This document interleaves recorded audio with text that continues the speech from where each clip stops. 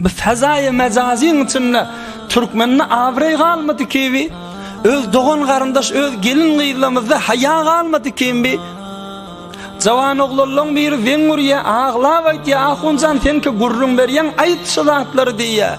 Baba Instagram diyen bir seratan ki bizim aramıza geldi. Türkmen aslan haya yok, iffet yok. Başlan bir musabıgı şol Instagram'ın içinde bolya.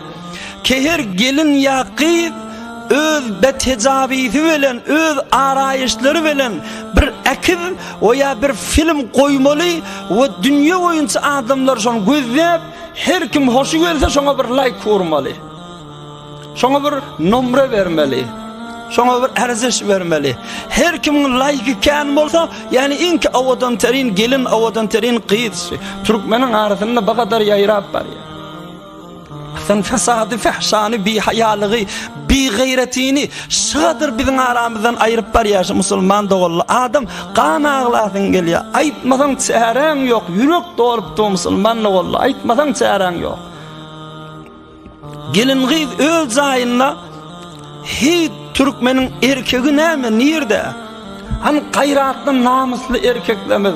Sen uğruna havarat diyen yok, ola öl zayınla hatta bir nece damatları var.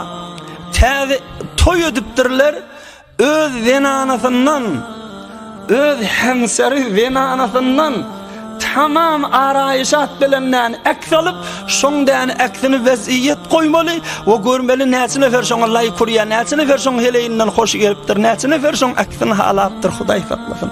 La havle ve la kuvvete illa billah. Ey Müslüman doğullar, ألم يأن للذين آمنوا أن تخشع قلوبهم لذكر الله.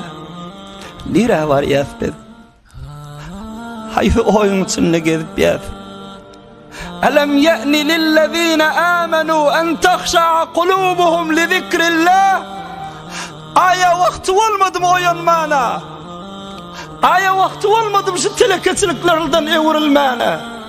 Huday Teala'nın bendiğisine hicab bilen, iffet bilen, pak dameni bilen, insaniyet bilen yaşamana.